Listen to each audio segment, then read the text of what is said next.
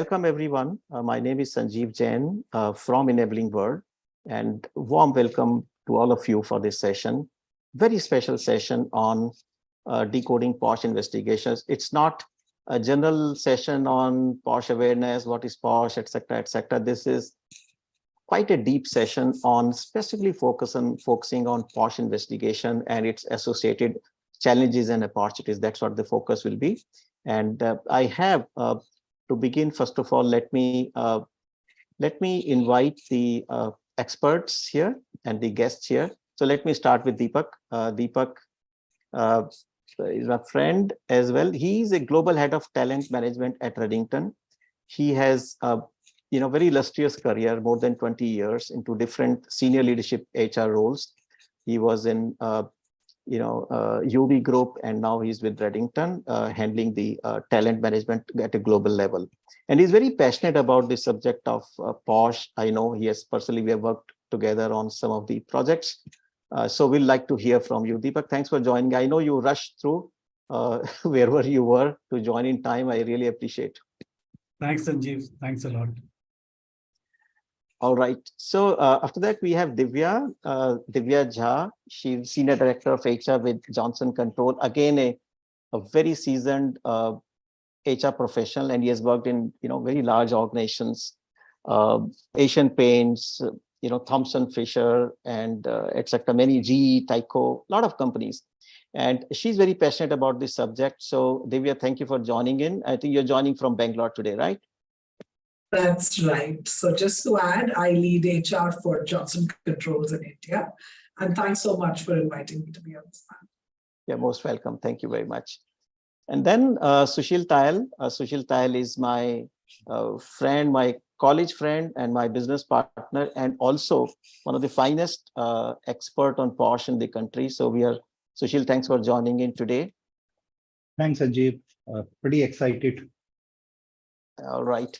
And then we have last but not least, Parneet Birji. And Parneet is again a 20 years experience, in professionally, and 10 years core into she has been into POSH investigation, helping organizations, solve the cases, investigate cases as IC member. She's also a member in Indian Women Network with CII, and so she's very focused on women empowerment as a subject, and POSH in particular. So, Parneet, thank you for joining in. We'll look forward to hear your expert views. Thank you so much, Sanjeev, for inviting me. All right, so let's move on. Just a brief introduction about Enabling World, the company that I represent. I and Sushil, we both represent. So we are celebrating our 11th year. Thank you, all of you, all the friends and colleagues and esteemed clients, your blessings that we are getting stronger and stronger year by year. These are 5 core areas that we work into. HR consulting, we do work in leadership and talent management. DI is another focus area for us. And we do on a very selected basis HR outsourcing, and then employee well-being.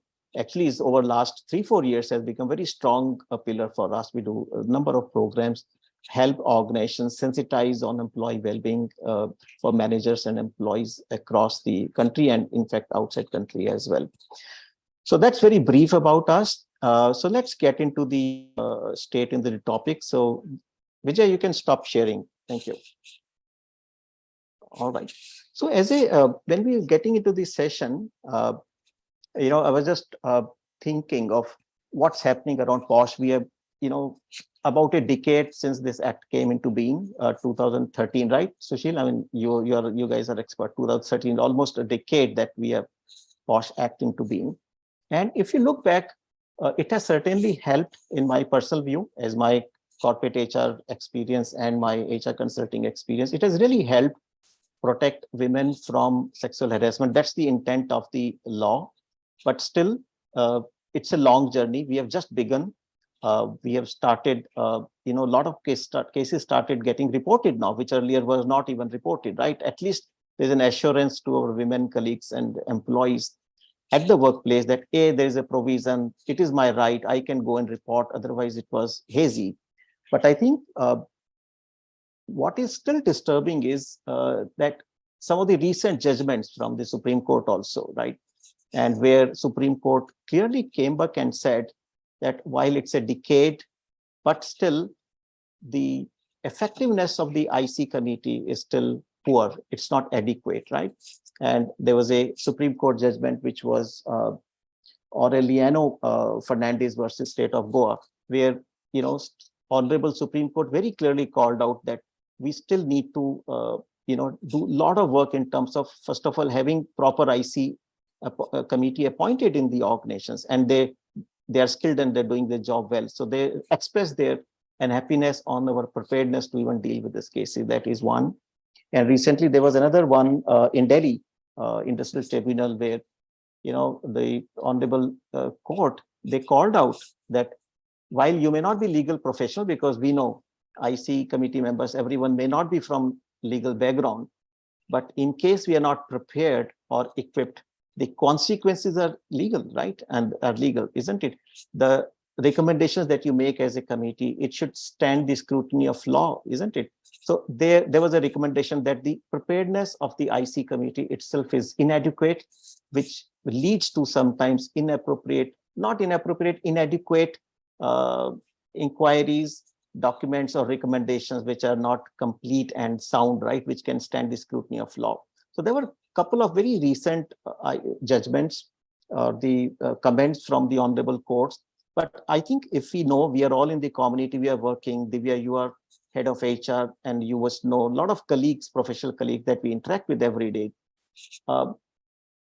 We all know that sometimes, especially in small and medium-sized organizations, we know sometimes it's a tick in the box. Sometimes suddenly it's not as important. They put the committee together to meet the statutory. I hear a lot of disturbing conversations where I say, this is something a tick in the box. We have to just comply. We have to just comply, rather than looking into the intent of the IC committee, what it stands for, and what kind of help you can make to the employees in terms of giving them the justice. So I think this is on the one side. Secondly, once the pandemic has, we have left it behind, people have started coming back to office. There's an interesting dynamics that we are seeing, that the number of cases are on the rise, because when people were remote, while there were harassment cases reported, even while you're working completely remotely, and we all should understand that each industry cannot be worked remotely. There are a lot of industry, at least 50% of the jobs in the world cannot be done remotely, right?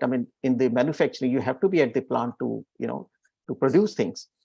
So I think, but the number of cases are going up. There was a recent report where the financial year 23, the number of cases were high by 30%, right? And before that, the number of cases had gone up. Now it can be good or bad both, because sometimes I feel happy because people have started reporting. These cases were anyway there, right?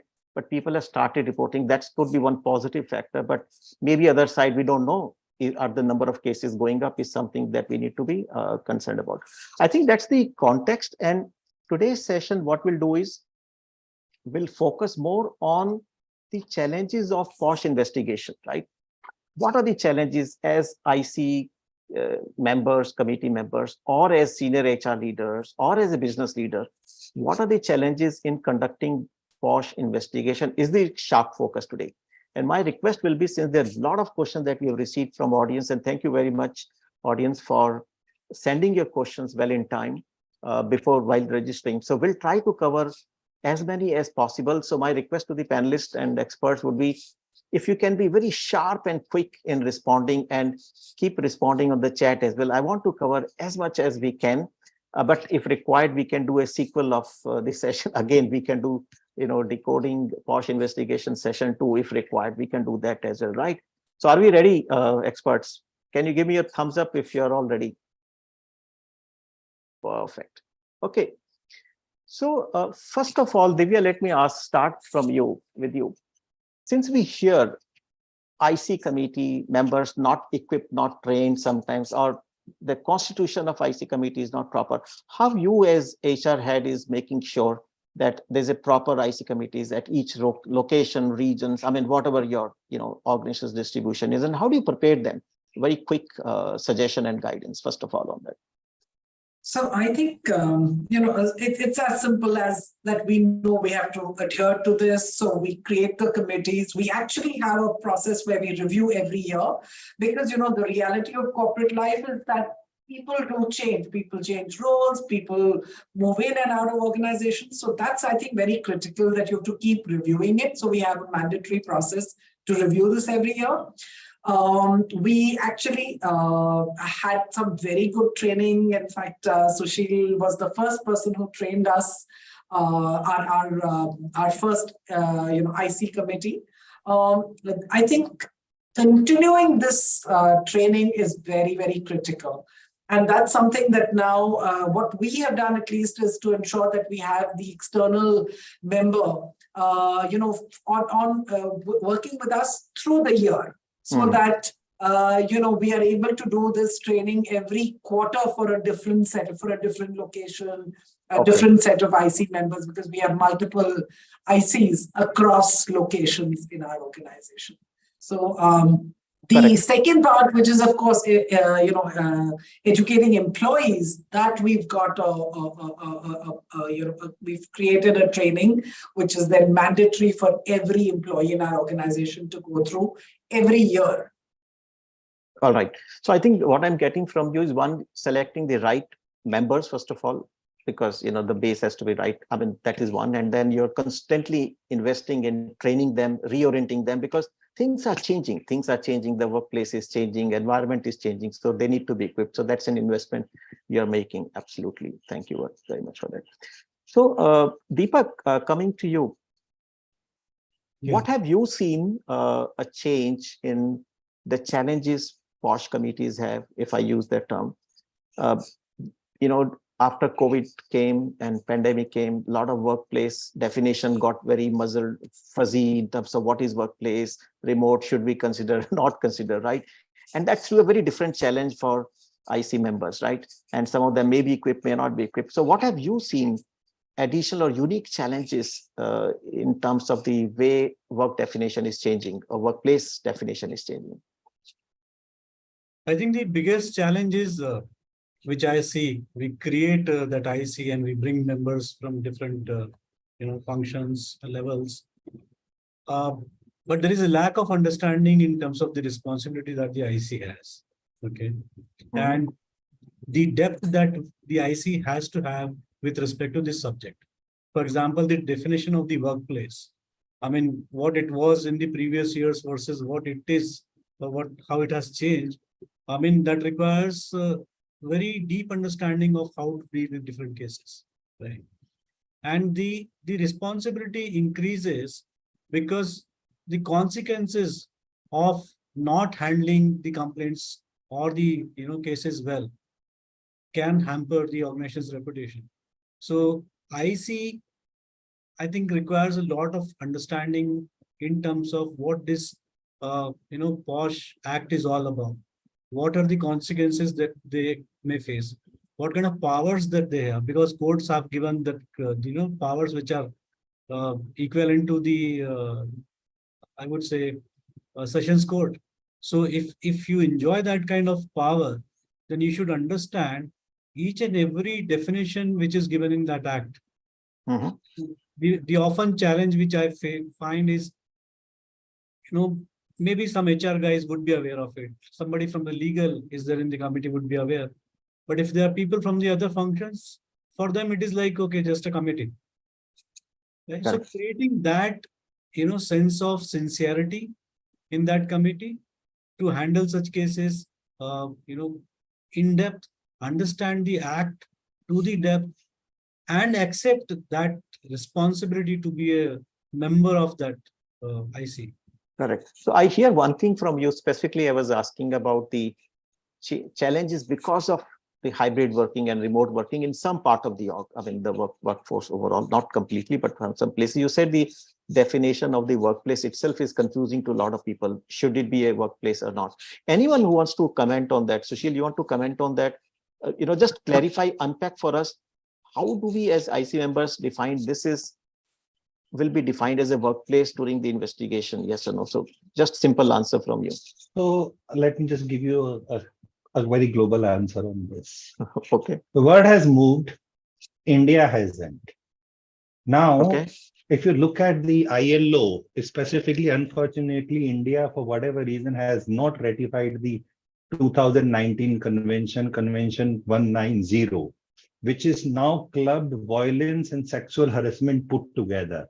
Okay, which is called Convention Against Violence and Sexual Harassment. Guys, if you want to get more detail around it, please give in your email IDs to us. We will send you the whole document on this. It's a very interesting document to read, an easy document to read. There, what they had done is the term which is now being used is not workplace. It is called world of work. Now, what is world of work means? World of work means any place where the person is supposed to be for work.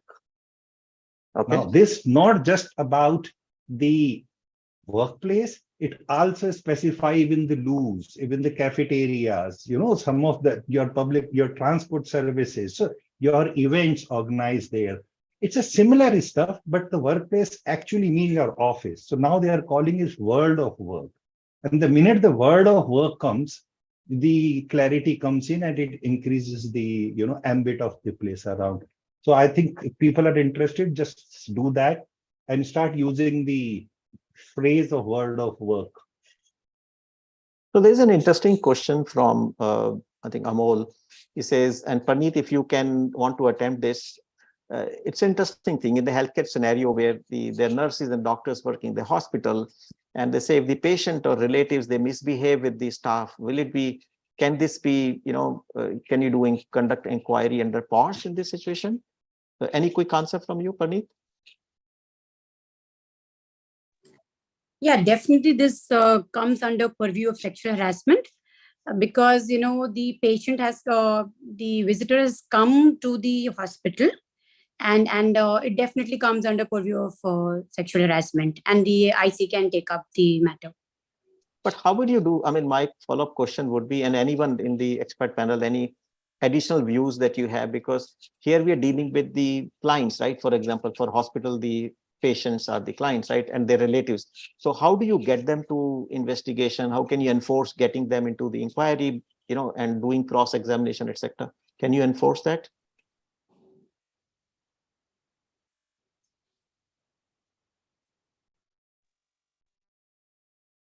Sushil or Sorry, Deepak? Parineeti, you asked this question to Parineeti. She's on mute, so I was just waiting for her. You're still mute. In the meantime, anyone else who wants to So address this? I'll give this answer. I've already responded on the chat. Specifically in health, you are an employee. Your health worker is an employee who got harassed by anyone at their world of work. Simple as that. And so that's why they are eligible to raise and register a complaint, and your internal committee is obligated to do so. That's number one.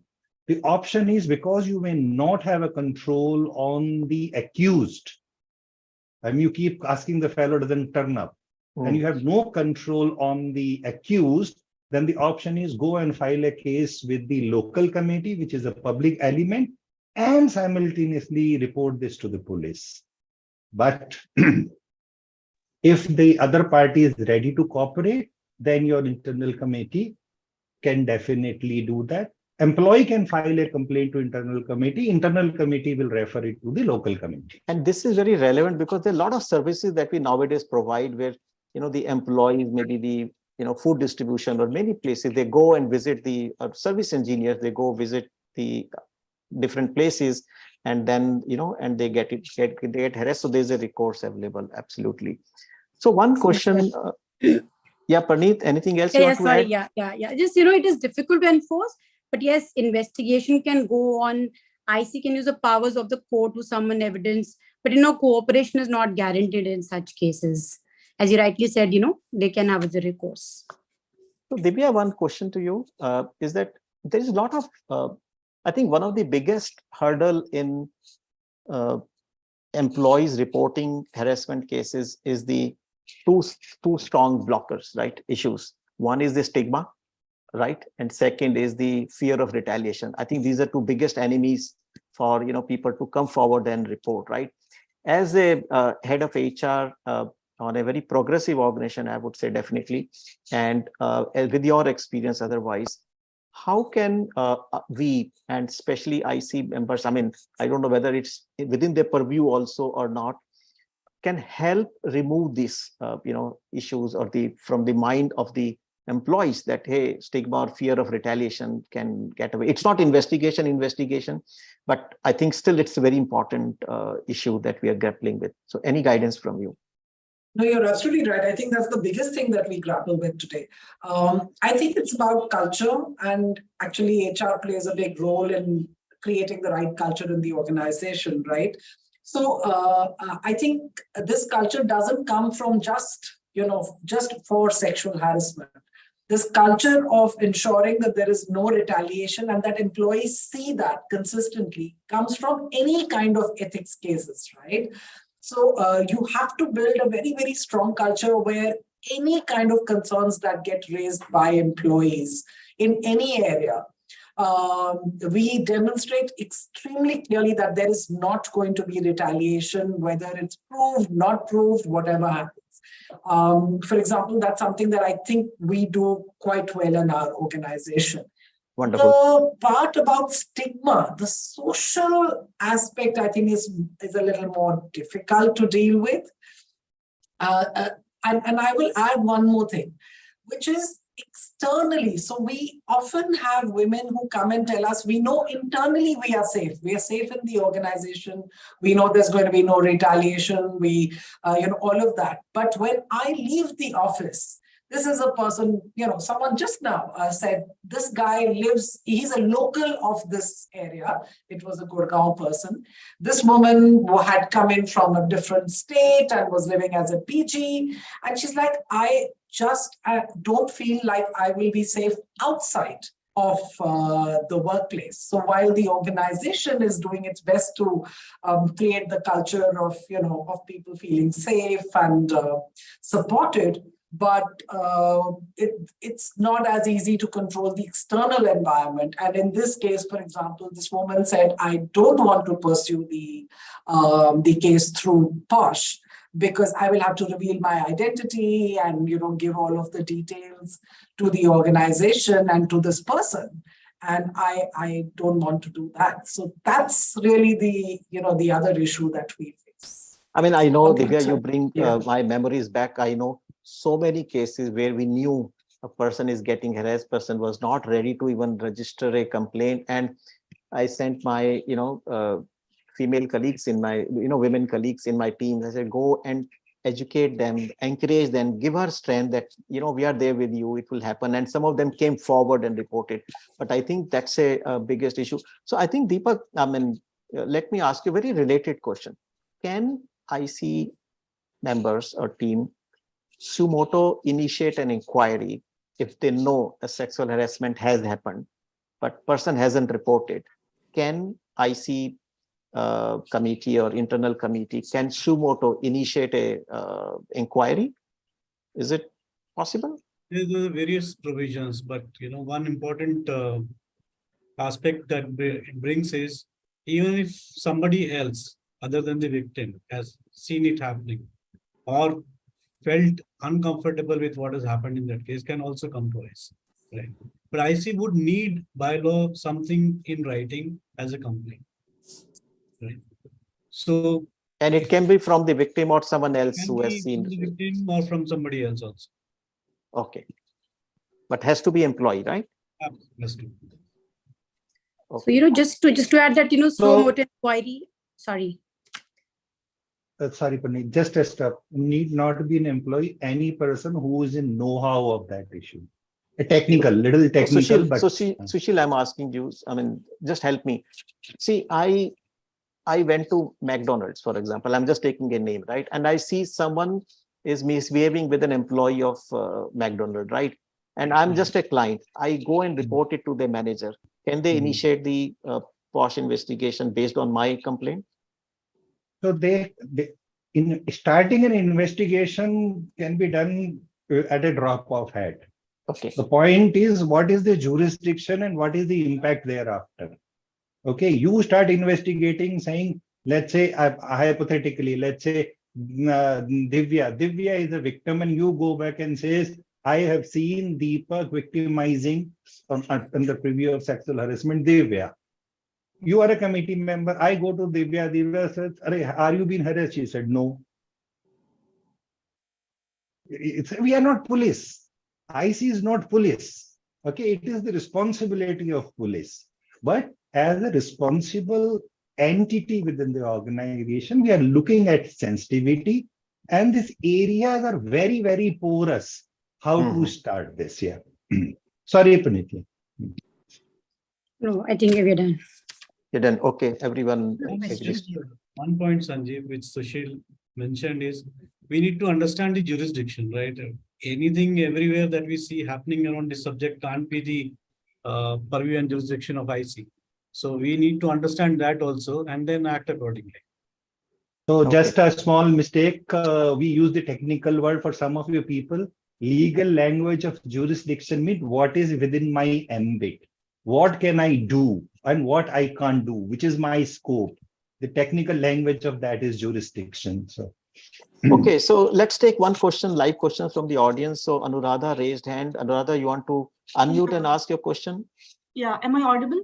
You are. Yeah, you are. Go ahead. Right, Very so sharp my- and quick. Sure. My question is, if a bystander can make a complaint, does the IC have, because see, the law says it has to be a written complaint from the aggrieved woman. Now, if a bystander or an Absolutely. onlooker raises a complaint and IC gets involved and the complainant withdraws, says, no, I don't want the investigation. No. How do we proceed? Sorry, I missed your name.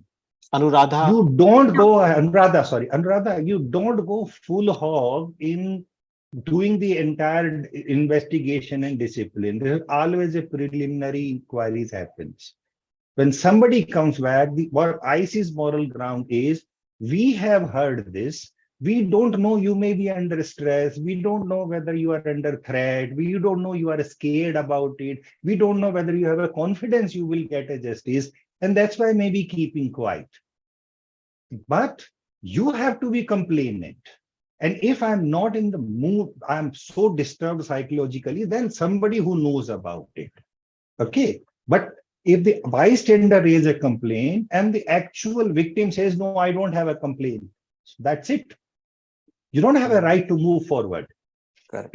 But here one point is, sir, when you don't have a right to move forward in such a scenario, we are at a risk of allowing the environment of the workplace being hampered. What about that? That's the totally reason understand. what Divya were talking about and what Praneeth and Deepak and everybody is talking about. That's why we are saying awareness of employee is the most critical element. And more than the awareness, the trust of the employees that the justice will be delivered. Okay, we all know what the rules are in the country, but we don't have a trust the justice will be delivered. So creating that environment is an obligation on IC and the management of the organization. Praneeth, you want to add up to this? You're on mute, Praneeth. Okay, so, but if the complainant does not write initially, the HR or, your teams can talk to the person to initiate the written complaint, This way, the comfort can be given to the complainant and they can be asked to come forward. In fact, if I can add here, we are talking about Indian scenario and we have an act in place, enforceable by law. Now, there are countries where there is no such law or act, right? However, we understand that the respect and dignity is beyond any law. So in those countries, if you don't take a stand, which is more to do with the environment that you want to create and the culture that you want to enforce, I mean, whether there is a written act or not, I think the onus lies with the employer and the team responsible to ensure that we have a safe environment in place. Correct. So, Praneeth, there's a quick question from Mansi asking if the complaint has to be in writing. Is that mandatory? Yes, the complaint has to be in writing. Even if, maybe, if there's a bystander or somebody, comes and reports that there has been a case, unless and until the report is in writing by the complainant, then, IC cannot initiate, the POSH cannot be invoked. Okay, thank you very much. That's very helpful. Now, there's a related question. If the Sanjeev, just a clarification. sure, go ahead. The questions are coming on a binary level. It is not as binary. And what Praneeth is saying is absolutely, that's the end. But the fact is, a lot of time, the complainant does not even know whether it will qualify. The complainant is so highly stressed that do not know what do they write. Okay. In fact, that's the really important case, which is even before your act came into play, is the, AEPC, Export Promotional Council, Supreme Court case of, I think, 2099 or something, Export Promotion Zone versus something. I don't have a citation. The Supreme Court judgment. And if you see the law also, the law mandates the IC members to help the victim to write a complaint. Okay, you may have people who are so stressed out. You may have people who don't even know how to write. They may miss certain element around in the complaint because they are only stuck at one. So initially people will talk, converse, you will have a conversation and then says, okay, this is now looks like a complaint. And then it has to be converted in writing. Right. Okay, thank you very So much. just to add to what Sushil is saying, so we dealt with a case wherein the complaint was reluctant to come forward, and she made a request to the HR stating that she wanted to speak to the external member. So although on a humanitarian grounds, I as personally met the complainant, but it was told that unless and until you don't give the complaint in writing, it will not be initiated. So in that case, I tried to ask her concerns, like what is her unwillingness to come forward and, explain to the entire process, the confidentiality, which is, all through during the inquiry process. So she was convinced, and without any force, she made a complaint in written and the inquiry was initiated.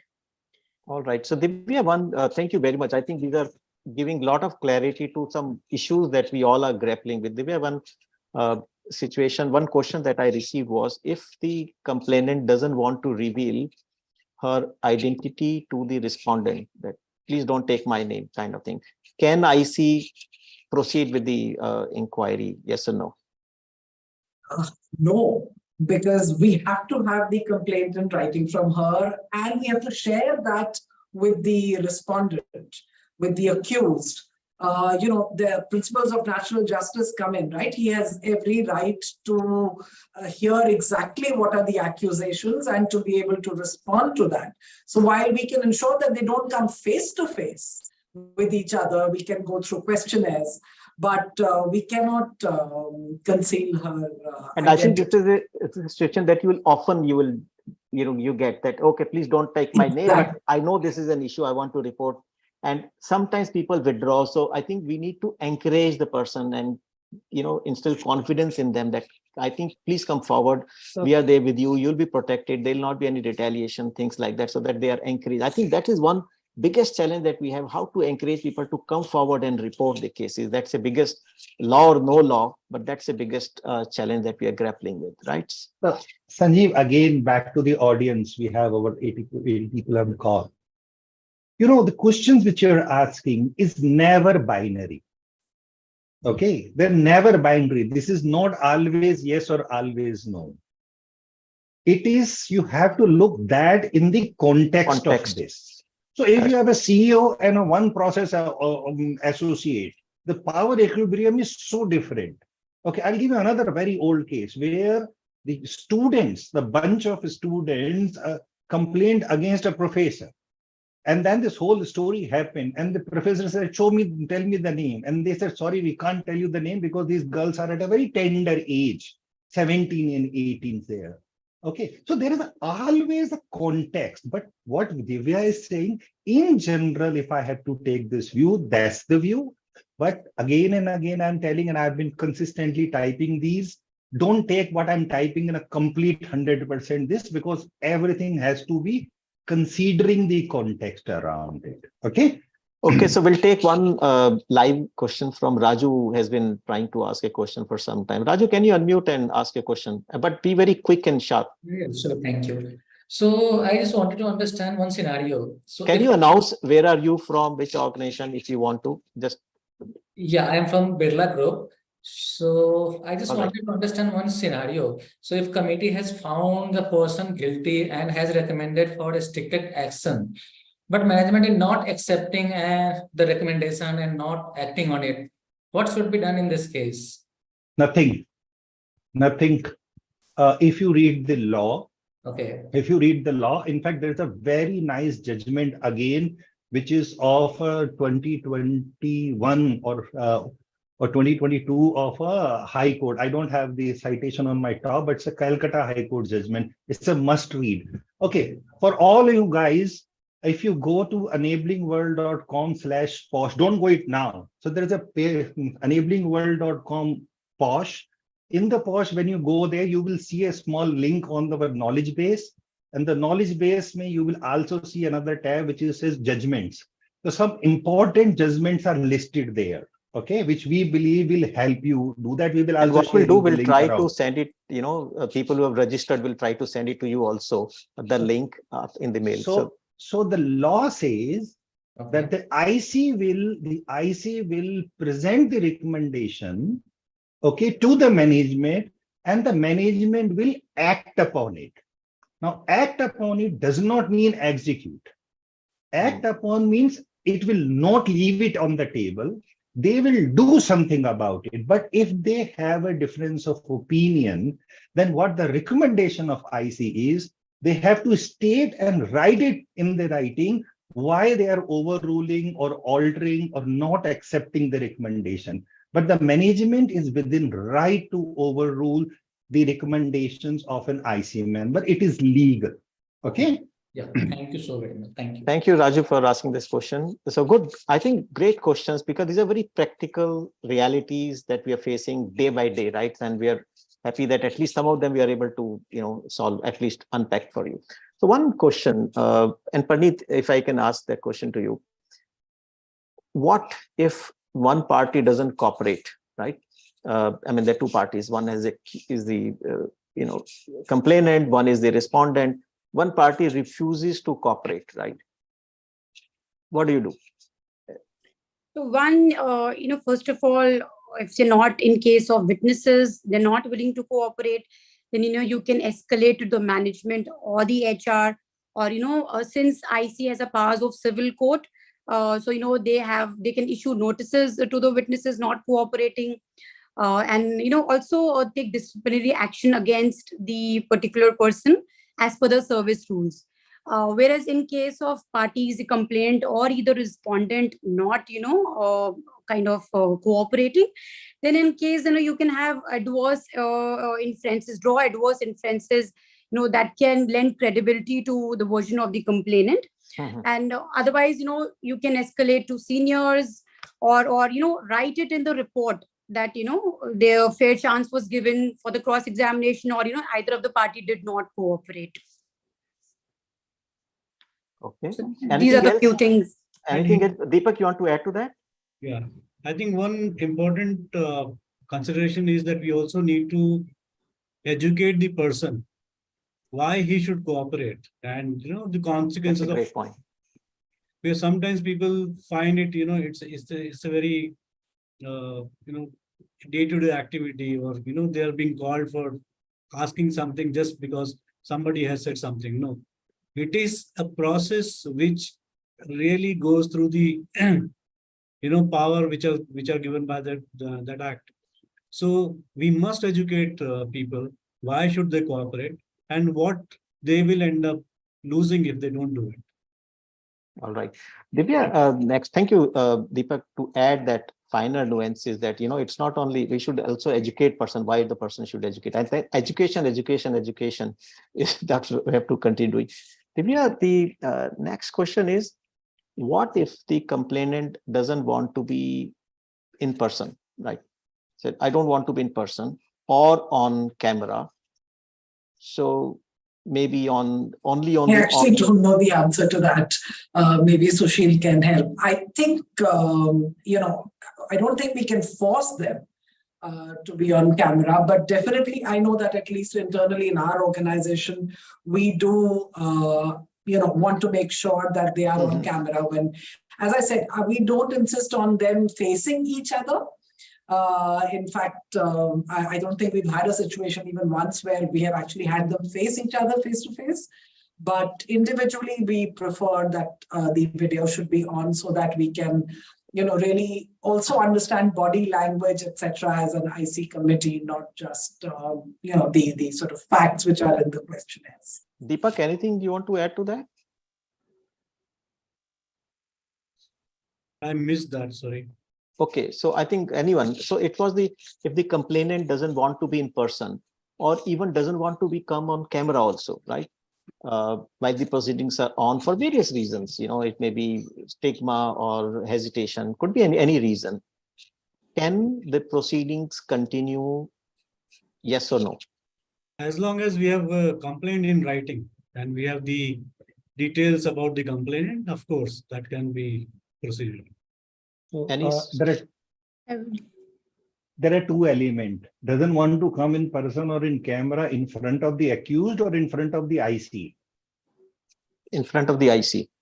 I mean, this is something you don't even know who's talking on the phone. Right? So I have given a complaint and Deepak is talking to you, impersonating like me. As an IC member, how will you do this? Correct. So, as far as facing the maybe other party is concerned, you may avoid that, but at least in front of the committee, person has to come, right? That's what the answer is. Yes. I mean, whether on video, whether in person, IC also has to identify that they're talking to the bona fide person. Pata chala victim ki mother-in-law is talking. Okay.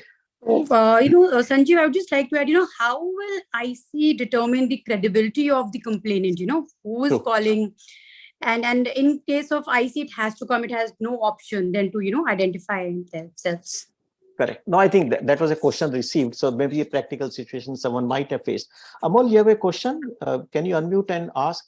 But be very quick. Yeah, just quick. Yeah. So how does an inquiry is handled in case of employees from two different organizations? So my question is, let's say if I am a DHL, courier person and I'm delivering a particular package at XYZ, organization, and if I end up misbehaving with another person, how would the inquiry go along? So the IC is by and large created to conduct the inquiry of an employee because that's the only thing on they have the right and control, if you have to use the word. So you have an option. You decide to proceed with the inquiry and tell the other organization's IC member that this is what is happening. You please help us coordinate. Or you ask them that this is the complaint we have received. Since the respondent is in your control, you conduct the inquiry and we will cooperate. So it will be done simultaneously, right? I guess. No. It can't be done simultaneously. Otherwise, two inquiries will come back with two different decisions. Okay. And if there are legal guys here, it is called principle of res judicata, where two people deciding opposite. So the judgment will cross. So one person will say, I'm going with your judgment. You do this wherever convenient because the respondent is in their control. They're very likely you will ask that IC to, conduct the inquiry. So the respondents IC committee as well. It's just better because that respondent is the control of that IC. You are here sitting there in Blue Dart and let's say then any other customer's site you are going there. The person may not even send their person. Okay, you keep sending and making something. You don't have a control. What punishment will you give to that person? So we have yeah, Panis, I would just like to add, we've had a case wherein something similar like this happened. So, both the ICs will have to cooperate with each other. So, they will have joint reports and they're bound by law to investigate. So, although they will do it separately, but they will have to cooperate with each other. All right. So Dr. Rajeshwari had a question. Can IC be questioned in the court of law after they have recommended an action? And Dr. would they get any protection? Because, you may have a limited knowledge being an IC member And suppose a wrong judgment or even a questionable judgment is given by them or action is initiated by them. Now the case is in the court of law. Would they be, protected by the organization? So what IC does is a civil act. IC does not do criminal act. So that's number one. You understand this. When the matter goes to the court, or when the court sees this matter in any like cases, they are saying whether the procedures are followed diligently and the inference are done diligently. If the court believes that there is a failure to do so, by individual something, they will change and overrule the judgment. They don't punish the IC. They may reprimand by an oral one, saying, "Kya ye tumhara IC hai? Tune kuch padha nahi hai, apne bacche laga diye." They may reprimand from an oral comment perspective, but they can't punish an IC.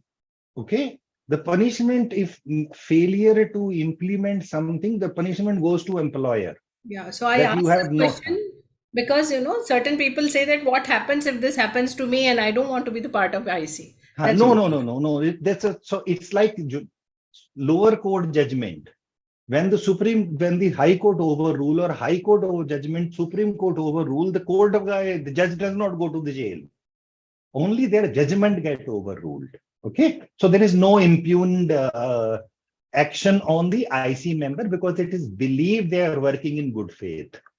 So there's a next question. Thank you, Dr. Rajeshwari. There's an interesting question, and maybe Deepak, let me ask you this. I mean, can the employees from LGBTQAI community, or even saying a male employee, can they also raise issue under POSH?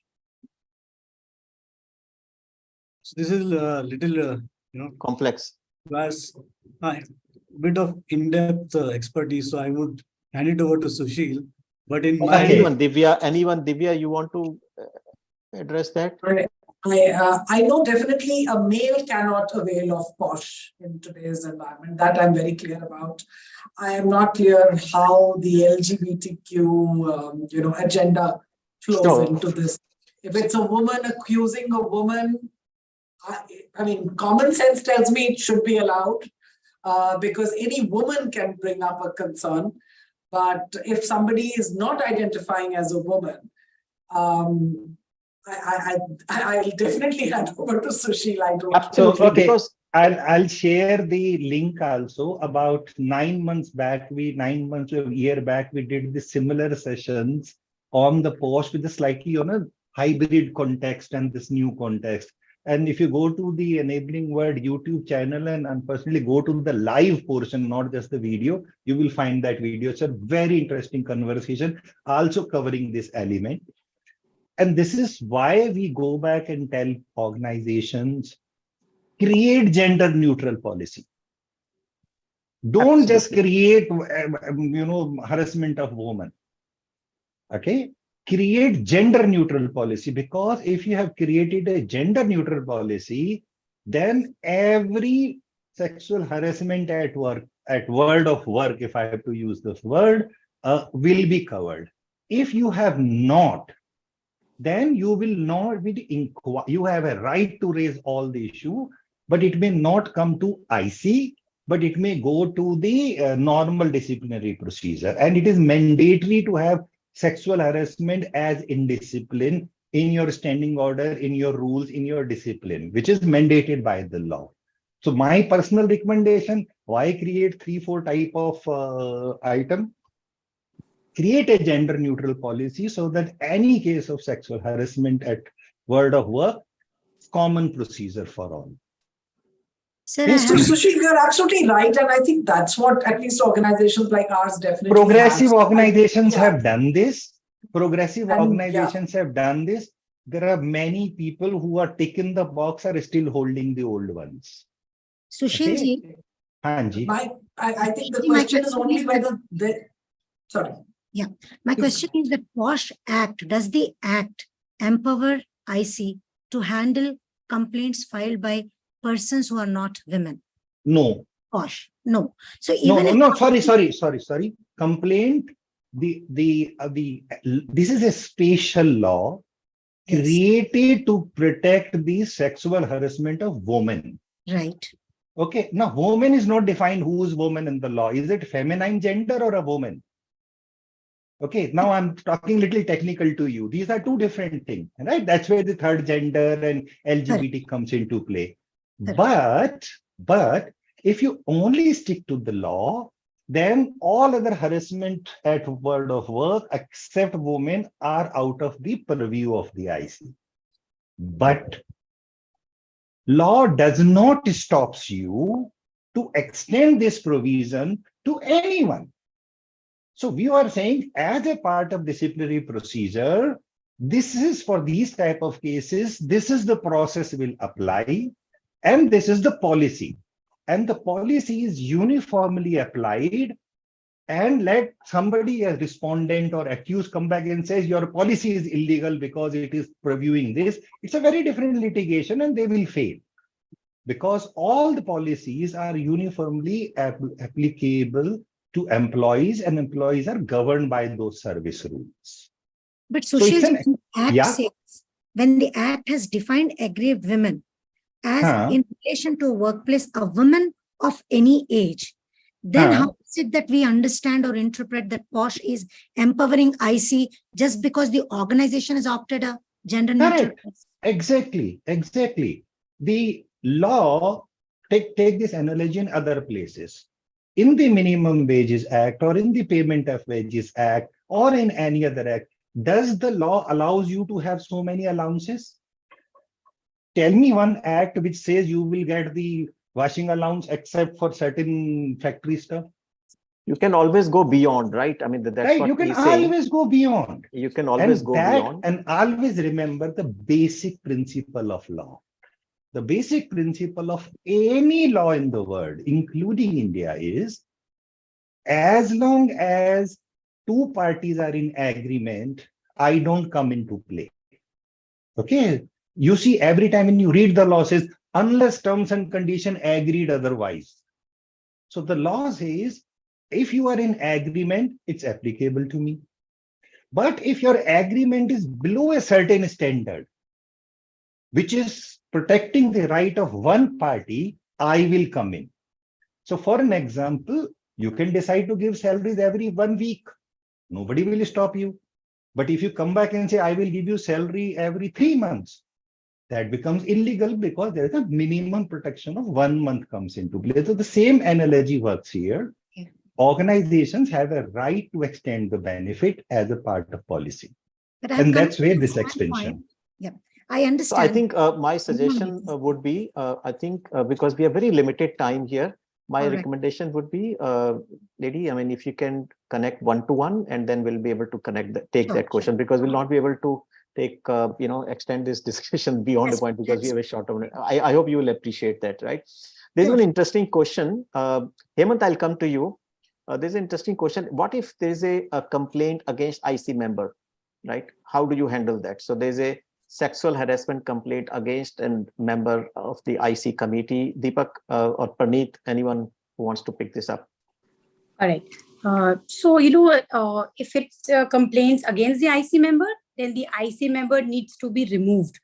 Maybe for that particular instance, and once the inquiry proceedings have been done, then, he can come, or maybe he can be sent on a gardening leave for that matter, or maybe it could be removed from the IC committee.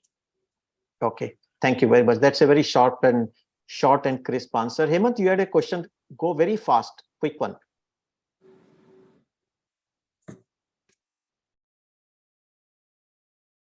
Hemant, you have a question?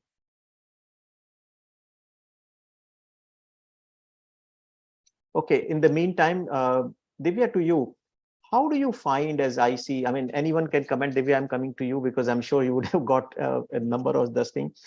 How do you identify that there was a malicious complaint? Because we know many times each complaint is not genuine, right? There are sometimes malicious intentions, when the complainant files a malicious complaint, right? Is it difficult? How do you handle those? I don't think there's any easy answer. Any case that comes, we have to, investigate it. we cannot start with an assumption that, oh, I'm sure she's either telling the truth or that she's telling a lie, right? I mean, we can't start with either. The reality is that we have to do a proper investigation. We have to get into the facts. And yes, sometimes it could be a malicious complaint as well. I mean, there is no other way except to ensure that you do a really fair and in-depth investigation, even if it takes time, a lot of effort, all of that. I mean, I don't see how else we can identify. Deepak, thank you very much. I know it's not an easy answer, but I mean, these are the things that you are grappling with, you get into, right? And it is there in your mind that we have to make sure that there is no malicious complaint, right? And because that's a responsibility on us when we are conducting those inquiries. And the reality, if I may add, is that very often there is a case which looks very obvious. Oh, 100% it must be this. And once you start investigating, you realize actually that your assumption is absolutely wrong. So yeah, you have to be very careful. Sorry, I think Deepak, you started saying something. So, I was just saying that. Paneet, just 1 second. Deepak. Yeah. First and foremost thing is there has to be some facts in place with respect to specified time, date. I mean, the basic facts have to be there. Now, when we say malicious complaint, it means that we are reaching a judgment, right? And to reach to that judgment, it's fair to do the entire process of inquiry, and then I mean facts have to be tested. The judgment that we make, whether it is malicious or in favor, I mean it has to be based on facts only. A lot of times we get carried away by emotions.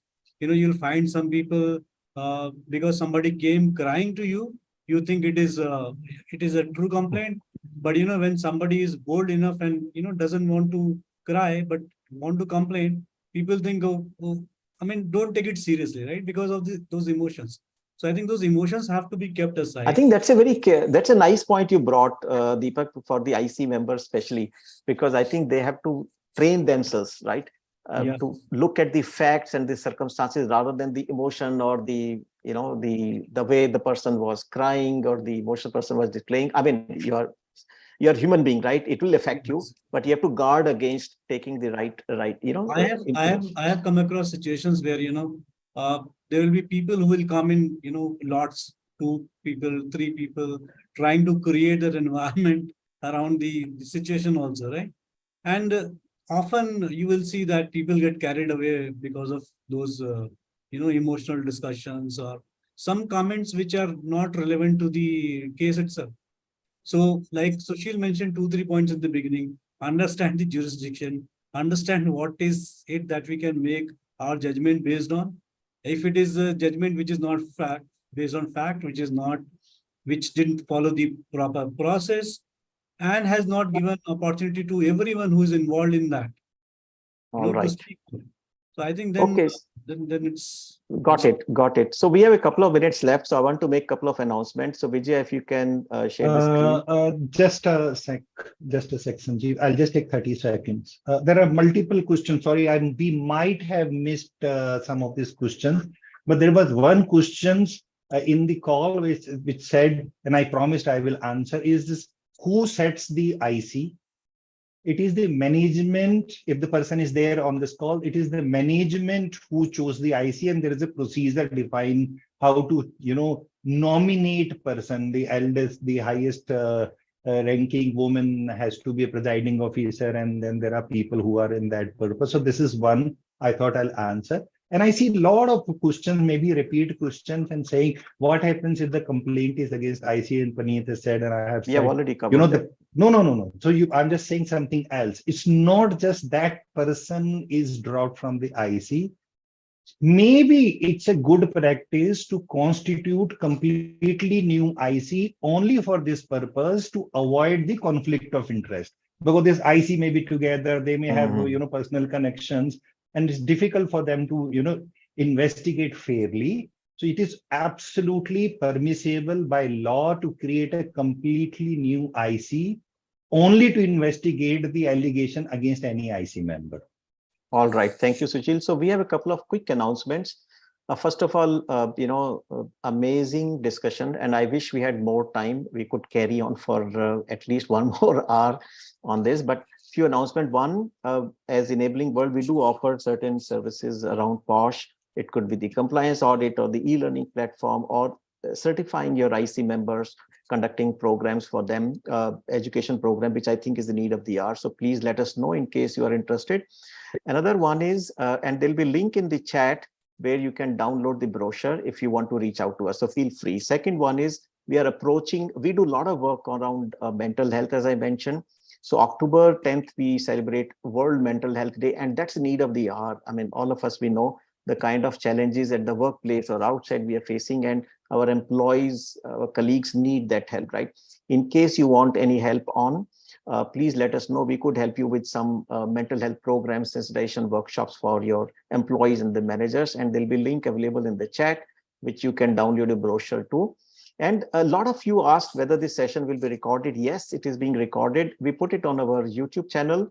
The link has already been shared by Kalyan in the chat.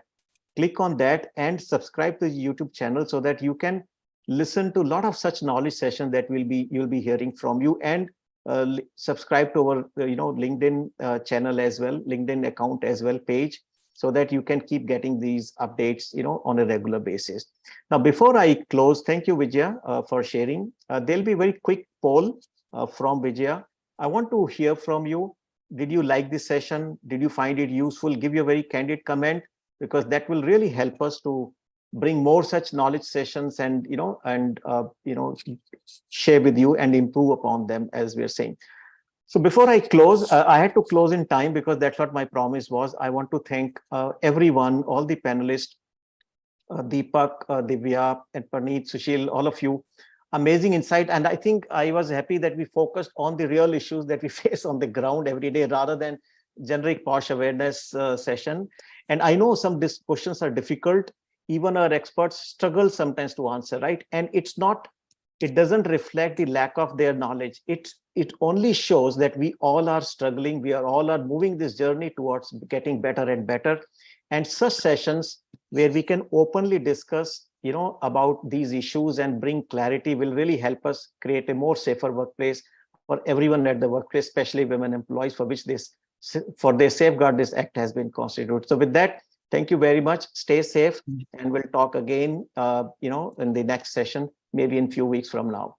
Thank you very much. Hey, Juma, we are continuing so here much. while other can leave. Juma, you have raised Can your I hand. just ask only one sure. question? We are Sure. here for a few more Yeah. minutes. Anyone Yeah. who wants to drop can drop, but formally session is over, but we'll stay here for a few more minutes.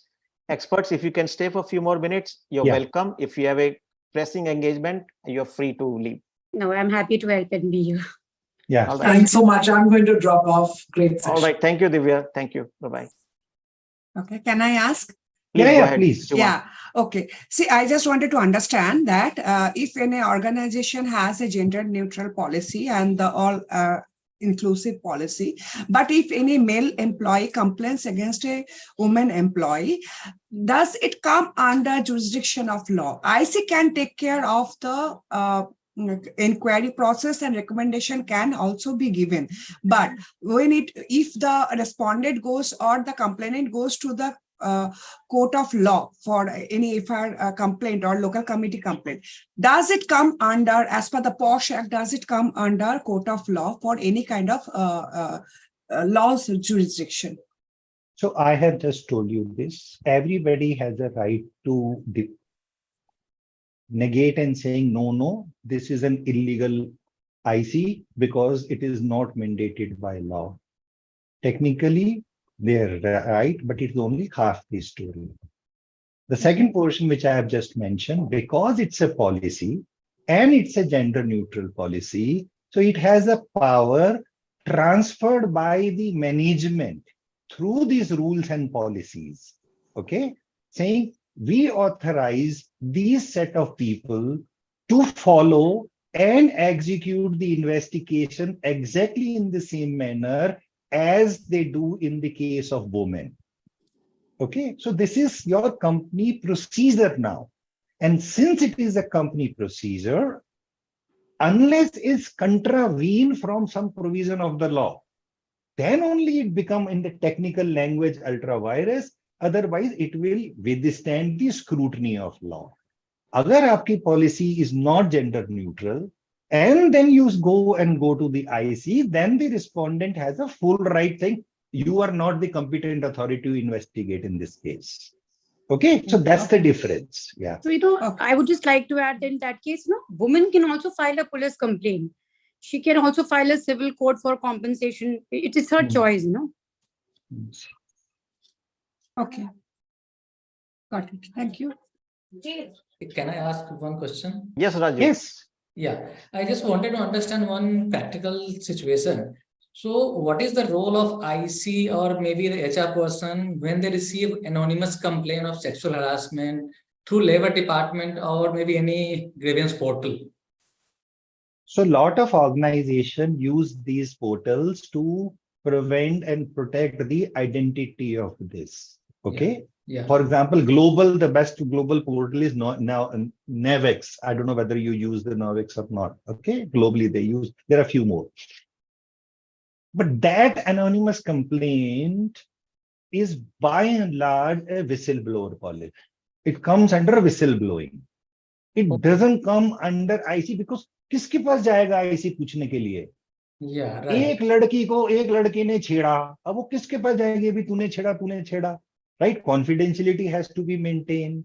So this comes under your whistleblower policy. Okay. You may assign IC to try figuring out through this. Also remember, guys, when the complaint comes, it does not become official immediately. Yeah, the IC has a right to study, think about ki wo kitna valid hai. Is it worth conducting the investigation? Not worth conducting investigation. So preliminary investigation does take place. Okay, and then there may be a cases जिसमें IC decide कि नहीं IC के अंदर नहीं है, ये HR के अंदर है, so they can transfer that to HR, right? So not everything is always official from the world. Sushil, there's thank you very much. Sushil, there's a question from Shivi. Shivi, can you unmute yourself? Yeah, hi.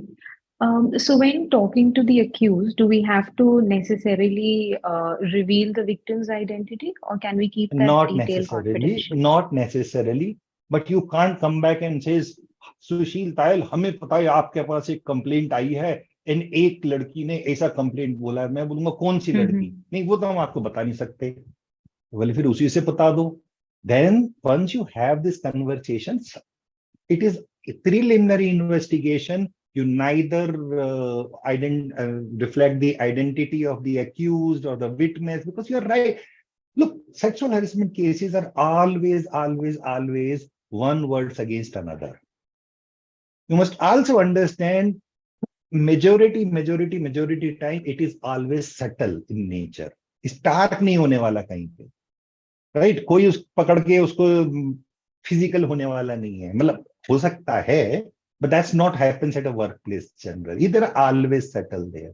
So initially you have to hold the confidentiality till you are certain that it is reaching there.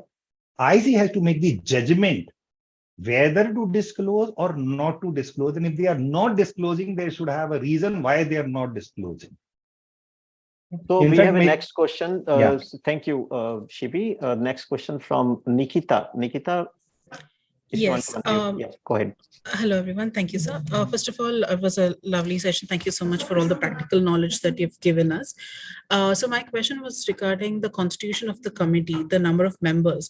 Now, the law definitely has prescribed it. So, but what do you think practically is the ideal number of members that would be required in a committee?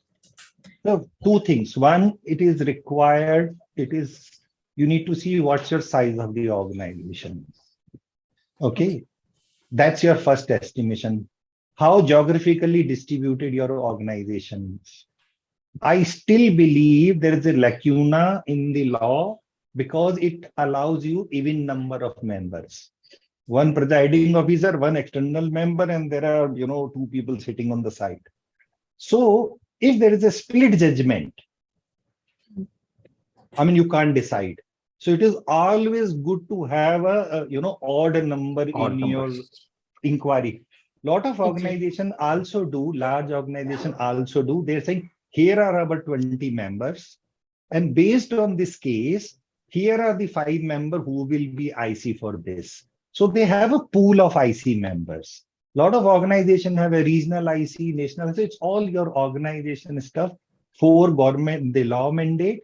My recommendation is at least put an odd number so that even if there is a split judgment, you have a, one side to tilt to. Thanks. Yes. So considering, sorry, please I'm go so ahead. sorry. Yes, considering there are about 5,000 employees, a committee of 7 members should be good enough. Yeah. It is in the same location, right? Yes, yes. Then it's fine. Okay, Thanks, Parneet, Nikita. you were Thank you so saying much. something. Yeah, please. Parneet was adding something on Yeah, this. so what I was saying is in our training sessions, what we do is we generally advise the organizations to have odd number. As Sushil said, if there is a split, that makes it easier for the IC to come to a conclusion. So similarly, in the large organizations, again, it depends upon the size of the organizations, or the number of offices, or the branches the organization has. You can have a large panel of IC members and have a quorum set up for the per case basis. But in the quorum, it's very important that the presiding officer as well as external member and other member is present.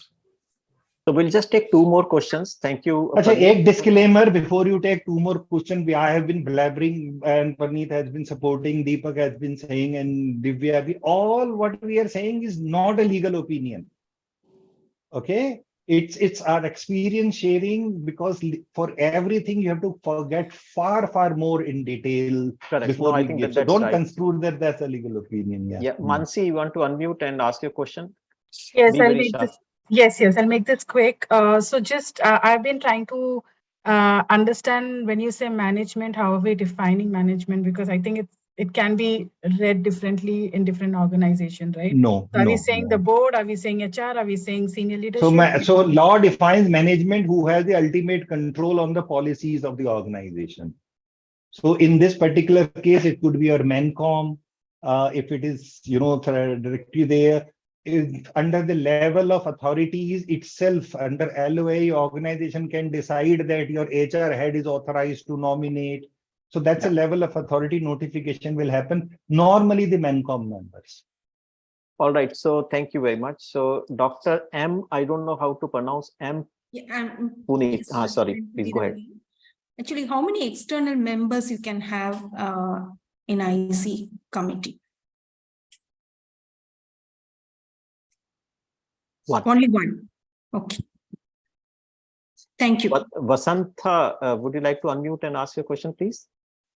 Yes. Hello, team. It was a very knowledgeable session for all of us. Where are you joining from? Which organization? I'm joining from Shivagangai, Tamil Nadu. Oh, very nice. I'm heading a team called HEAL. That's a startup from HR. So my question is, if it is in a contract employee working in an organization, so he is getting harassed, she is getting harassed, he has to complain to the principal employer, or he has to inform to the contractor. Contractor, if the contractor is large enough, the contractor is supposed to have their own IC, because the contractor is an employee of the contractor. The primary responsibility of conducting such investigation is of contractor. But if the contractor fails to do so, okay, and your employee is impacted, then you get in. If there are 2 contract employees doing something, then it goes to the IC of the contractor. If the contractor's IC should do this. Thank you. I think with that, we'll close the session. Thank you, Sushil, Deepak, and Parneet to stay over to answer this question, because we wanted to make sure that we are able to address most of the questions that come our way. So with that, I think it was, again, thank you very much, Deepak, Parneet, and Sushil. I found it very knowledgeable. I mean, I got clarity on myself on a lot of issues, but I'm sure it would help the audience to get clarity on some of the questions, right? Sanjeevji, can I just finish off with my question, which I was stopped?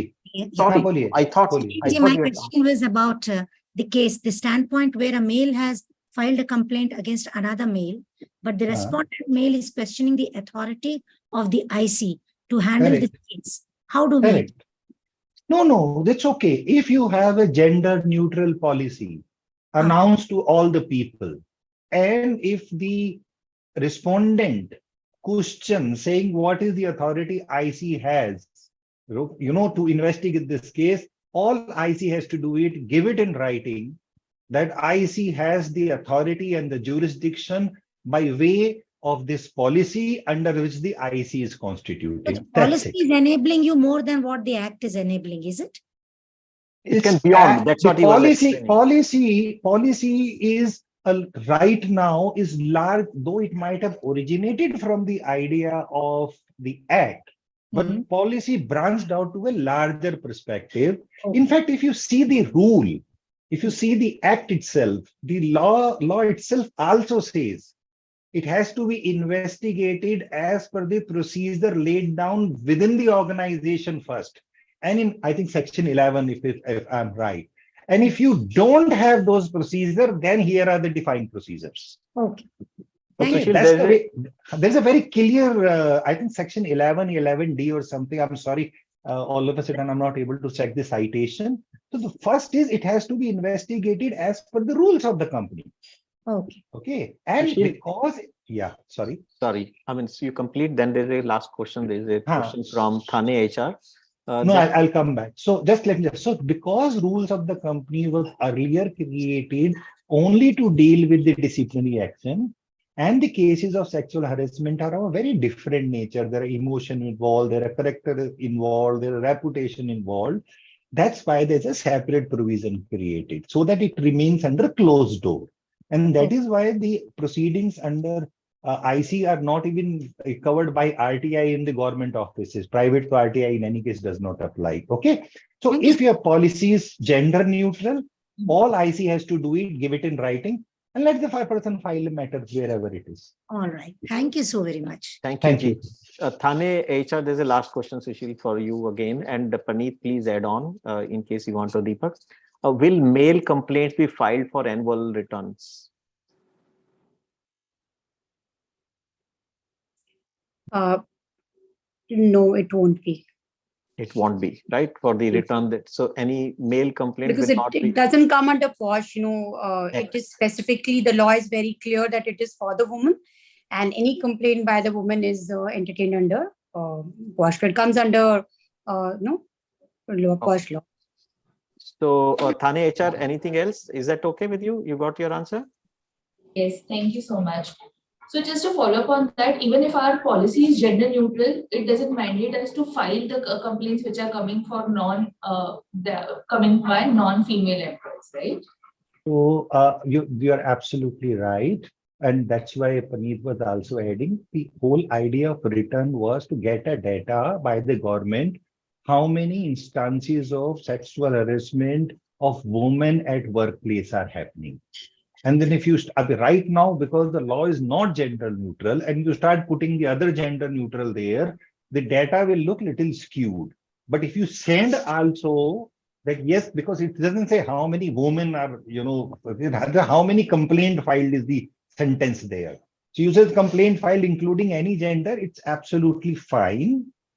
But technically, if you don't put the male and then you only put something saying, boss, this is your jurisdiction, so there will not be any counteraction on that. That's where she's coming from. Yeah.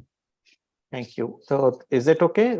Thane HR, you mentioned your name of the organization, accurate background something, right? Thank you so much for your time and clarification. So all those people who are really still on the call around, go to enablingworld.com, so POSH, you will get some of the material there. Here are on the screen the email IDs, take a screenshot. If you think you need some support or something, feel free to connect with us. Okay. With that, let's close the session. Thank you, everyone. All right. Thank you for having me. Thank you. Thanks. Thanks, Praneeth. Thanks, Deepak. I do know we pushed you so much, but thanks. Thanks for making it. Thanks, Praneeth. Thank you so much. Thank you. Thank you, guys.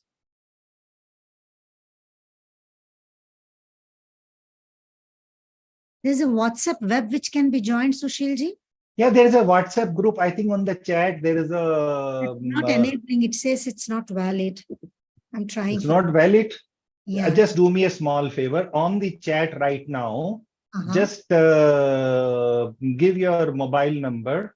Just to you, and what is it? no, just put it on the chat on me or anyone, because the team will automatically add you on that. Okay. Oh, there you go. Thank you. Thank you very much. And we will add up. There's a group there. Generally, we will add you there. Okay? Thank you. Namaste. Thank you. Thank you very much, guys. Bye.